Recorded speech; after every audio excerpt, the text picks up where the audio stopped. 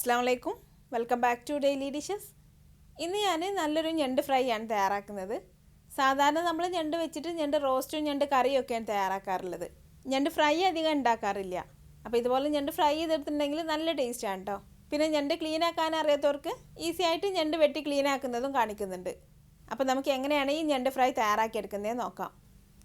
അപ്പോൾ ഞണ്ട് തയ്യാറാക്കാൻ വേണ്ടി 1 കിലോ ഞണ്ട് എടുത്തിട്ടുണ്ട്. ഇത് കുറച്ച് വലിപ്പമുള്ള ഞണ്ടാട്ടോ, ഭയങ്കര വലിപ്പമല്ല, എന്നാലും കുറച്ച് വലിപ്പമുണ്ട്.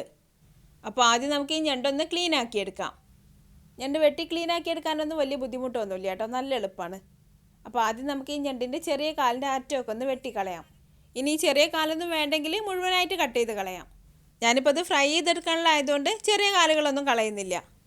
ഈ ചെറിയ കാലിൻ്റെ അറ്റം മാത്രം ഒന്ന് കട്ട് ചെയ്ത് കളയുന്നേ ഉള്ളൂ. കാല് മുഴുവനായിട്ട് കളയാനാണെങ്കിൽ കൈ വെച്ചൊന്ന് വലിച്ചു കൊടുത്താൽ തന്നെ ഇത് വിട്ടുപോരും. ഈ വലിയ കാല് നമുക്ക് 2 സൈഡിലുള്ള ചെറിയ കാലുകളൊക്കെ കട്ട് ചെയ്തെടുത്ത ശേഷം കട്ട് ചെയ്തെടുക്കാം.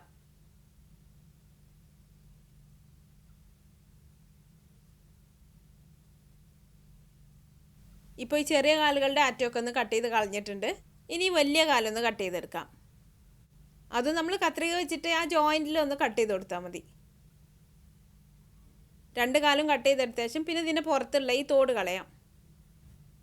അപ്പോൾ ഇതൊന്ന് തിരിച്ച് പിടിച്ചിട്ട് ഇതിൻ്റെ ഈ ഭാഗം ഒരു കത്തിയോ കയ്യോ വെച്ചിട്ടൊന്ന് പൊക്കി കൊടുത്ത ശേഷം ഒന്ന് വലിച്ചു കൊടുത്താൽ തന്നെ ഇതിൻ്റെ ഷെല്ലോട് കൂടി തന്നെ ഊരിപ്പോരും. ഇനി ഇതിൻ്റെ ഉള്ളിലുള്ള പൂ പോലുള്ള ഈ സോഫ്റ്റ് ആയിട്ടുള്ള ഭാഗങ്ങളൊക്കെ കളയാം. അത് നമുക്ക് കൈ വെച്ചിട്ട് തന്നെ വേഗം കളയാൻ പറ്റുന്നതാണ്.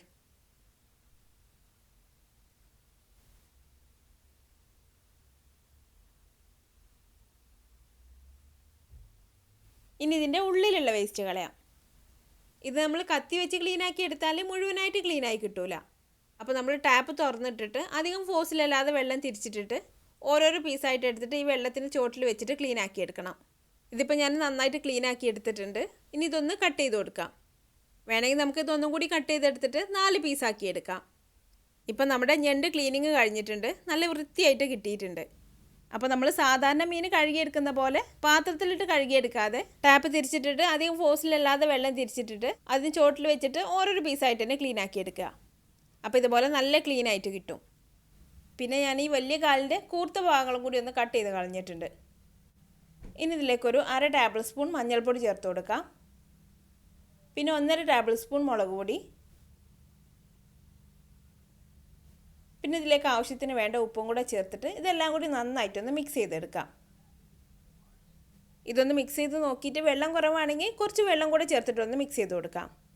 ഇതിലിപ്പോൾ അത്യാവശ്യം വെള്ളം ഉണ്ട് കേട്ടോ, അപ്പോൾ ഞാൻ ഇതിലേക്ക് വെള്ളം ചേർക്കുന്നില്ല. നമ്മളിത് കഴുകിയെടുത്ത ഉടനെ തന്നെ ആണെങ്കിൽ ഇതിൽ ചെറുതായിട്ട് നനവൊക്കെ കാണും, അപ്പോൾ ഇതിൽ വെള്ളം ചേർക്കേണ്ട ആവശ്യം വരില്ല. അപ്പോൾ ഇതൊന്ന് മിക്സ് ചെയ്ത് നോക്കിയിട്ട് ആവശ്യമുണ്ടെങ്കിൽ മാത്രം വെള്ളം ചേർത്ത് കൊടുത്താൽ മതി. ഇപ്പോൾ ഞാനിത് നന്നായിട്ട് മിക്സ് ചെയ്ത് വെച്ചിട്ടുണ്ട്. ഇനി മസാലയ്ക്ക് ഇതിലേക്കൊന്ന് പിടിച്ച് വരാൻ വേണ്ടി കുറച്ച് സമയം ഒന്ന് മാറ്റി വെക്കാം. ഞാനിപ്പോൾ ഇതിൽ മസാല പുരട്ടി വെച്ചിട്ട് ഒരു 1/2 മണിക്കൂർ കഴിഞ്ഞിട്ടുണ്ട്. ഇനി നമുക്കിത് ഫ്രൈ ചെയ്തെടുക്കാം. അപ്പോൾ ഒരു പാൻ അടുപ്പത്ത് വെച്ച് ചൂടാക്കിയെടുത്ത ശേഷം അതിലേക്ക് കുറച്ച് ഓയിൽ ഒഴിച്ചു കൊടുക്കാം. ഞാനിപ്പോൾ എടുത്തിട്ടുള്ളത് സൺഫ്ലവർ ഓയിലാണ്. വെളിച്ചെണ്ണ എടുക്കാണ്ട് കുറച്ചും കൂടെ നല്ലത്. ഓയിൽ നന്നായിട്ടൊന്ന് ചൂടായി വന്നാൽ മസാല പുരട്ടി വെച്ചിട്ടുള്ള ഞണ്ട് ഇതിലേക്ക് ഇട്ട് കൊടുത്തിട്ട് നന്നായിട്ടൊന്ന് ഫ്രൈ ചെയ്തെടുക്കാം.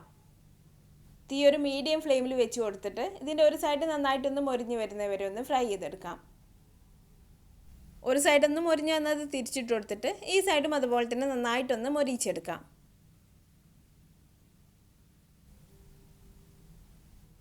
മീഡിയം ഫ്ലെയിമിൽ വെച്ചിട്ട് ഓരോരോ സൈഡും ഒരു 8-10 മിനിറ്റ് ഒക്കെ വെച്ച് കൊടുക്കുമ്പോഴേക്കും നന്നായിട്ട് ഫ്രൈ ആയി കിട്ടും. ഇപ്പം ഞണ്ട് നന്നായിട്ട് ഫ്രൈ ആയി വന്നിട്ടുണ്ട്. ഇനി നമുക്കിത് ഓയിൽ നിന്ന് മാറ്റി കൊടുക്കാം. ഞണ്ട് മുഴുവനും ഫ്രൈ ചെയ്തെടുത്ത ശേഷം പിന്നെ നമുക്കിതിലേക്ക് വേണ്ട ഒരു മസാല തയ്യാറാക്കണം. അപ്പോൾ നമുക്കിതിലേക്ക് കുറച്ച് സാധനങ്ങളൊന്ന് ചതച്ചെടുക്കണം. അപ്പോൾ മിക്സിയുടെ ചെറിയ ജാറിലേക്ക് 1/2 കപ്പ് ചെറിയ ഉള്ളി ചേർത്തിട്ടുണ്ട്. അപ്പോൾ ചെറിയ ഉള്ളി ഇല്ലെങ്കിൽ നമുക്ക് ഒരു സവാളയുടെ പകുതി എടുക്കാം. പിന്നെ ഒരു 6 വെളുത്തുള്ളി ചേർത്തിട്ടുണ്ട്. പിന്നെ ഒരു ചെറിയ കഷ്ണം ഇഞ്ചി ഒന്ന് കട്ട് ചെയ്തിട്ട് ചേർത്ത് കൊടുത്തിട്ടുണ്ട്. പിന്നെ ഒരു ടീസ്പൂൺ കുരുമുളക്, 1/2 ടീസ്പൂൺ പെരിഞ്ജീരകം. ഇനി ഇതെല്ലാം കൂടി ഒന്ന് ചതച്ചെടുക്കണം. അധികം അരഞ്ഞ് പോകണ്ട കേട്ടോ, ഒന്ന് ചതച്ച് ഒന്ന് ഒതുക്കിയെടുത്താൽ മതി. അപ്പോൾ ഇതൊന്ന് ചതച്ചെടുത്ത ശേഷം പിന്നെ നമുക്ക് വേറൊരു പാൻ അടുപ്പത്ത് വെച്ച് കൊടുക്കാം.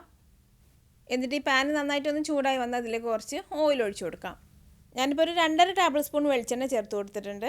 വേണേൽ നമ്മൾ ഞണ്ട് ഫ്രൈ ചെയ്യാനെടുത്തുള്ള അതേ ഓയിൽ തന്നെ ഇതിലേക്ക് വേണ്ട മസാലയും തയ്യാറാക്കിയെടുക്കാം. ഞാനിപ്പോൾ ആ ഓയിൽ എടുത്തിട്ടില്ല കേട്ടോ, ഇതിലേക്ക് ഞാൻ വെളിച്ചെണ്ണയാണ് എടുത്തിട്ടുള്ളത്. അപ്പോൾ ഈ വെളിച്ചെണ്ണ നന്നായിട്ടൊന്ന് ചൂടായി വന്നാൽ അതിലേക്ക് നമ്മൾ ചതച്ച് വെച്ചിട്ടുള്ള മസാല ചേർത്ത് കൊടുക്കാം. ഇനി ഇതിൻ്റെയൊക്കെ ഒരു പച്ചമണം മാറി വരുന്നവരെ നന്നായിട്ടൊന്ന് വഴറ്റിയെടുക്കാം. മീഡിയം ഫ്ലെയിമിൽ വെച്ചിട്ട് നന്നായിട്ടൊന്ന് വഴറ്റി ഇതിൻ്റെ പച്ചമണമൊക്കെ മാറി ഓയിലൊക്കെ ഒന്ന് തെളിഞ്ഞു വന്നു തുടങ്ങിയാൽ പിന്നെ ഇതിലേക്ക് നമുക്ക് മസാലപ്പൊടികളൊക്കെ ചേർത്ത് കൊടുക്കാം. 1/2 ടീസ്പൂൺ മഞ്ഞൾപ്പൊടി ചേർത്ത് കൊടുത്തിട്ടുണ്ട്. പിന്നെ 1/2 ടീസ്പൂൺ മുളക് പൊടി, പിന്നെ 1 ടീസ്പൂൺ മല്ലിപ്പൊടി. ഇനി മസാലപ്പൊടികളൊക്കെ ഒന്ന് മൂത്ത് വരുന്നവരെ ഒന്നും കൂടി വഴറ്റിയെടുക്കാം.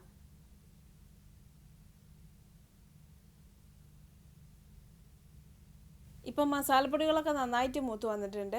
ഇനി ഇതിലേക്ക് നമുക്ക് തക്കാളി ചേർത്ത് കൊടുക്കാം. അപ്പോൾ കുറച്ച് വലിപ്പമുള്ള ഒരു തക്കാളി ഞാൻ മിക്സിയിലിട്ട് നന്നായിട്ടൊന്ന് അരച്ചെടുത്തിട്ടാണ് ഇതിലേക്ക് ചേർക്കുന്നത്. അപ്പോൾ തക്കാളി ചേർത്ത് കൊടുത്തിട്ടുണ്ട്. ഇനി ഇതിലേക്ക് ആവശ്യത്തിന് വേണ്ട ഉപ്പും കൂടെ ചേർത്തിട്ട് ഈ തക്കാളിയൊക്കെ ഒന്ന് വെന്ത് വരുന്നവരെ ഒന്ന് വഴറ്റി കൊടുക്കാം.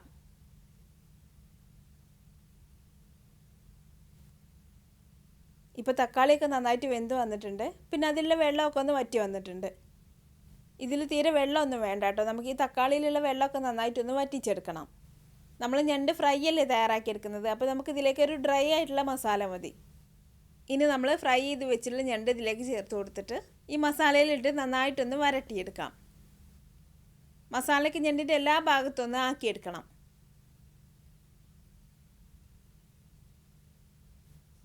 അപ്പോൾ ഈ ഞണ്ട് മസാലയിലിട്ട് നന്നായിട്ടൊന്ന് വരട്ടിയെടുത്ത ശേഷം പിന്നെ ഇതിലേക്ക് നമുക്ക് കുറച്ച് കറിവേപ്പിലയും പച്ചമുളകും കൂടെ ചേർത്ത് കൊടുക്കാം.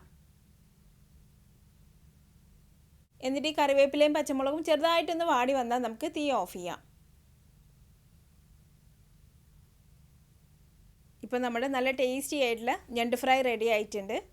അപ്പോൾ ഇതുപോലെ ഒന്ന് തയ്യാറാക്കി നോക്കിയിട്ട് അഭിപ്രായം എന്നെ കമൻറ്റിലൂടെ അറിയിക്കാൻ മറക്കരുത്. നിങ്ങൾക്ക് എൻ്റെ വീഡിയോ ഇഷ്ടമായാൽ ലൈക്ക് ചെയ്യാനും ഷെയർ ചെയ്യാനും കമൻറ്റ് ചെയ്യാനൊന്നും മറക്കരുത്. അപ്പോൾ അടുത്ത നല്ലൊരു റെസിപ്പി ആയിട്ട് വീണ്ടും കാണാം. Thanks for watching this video.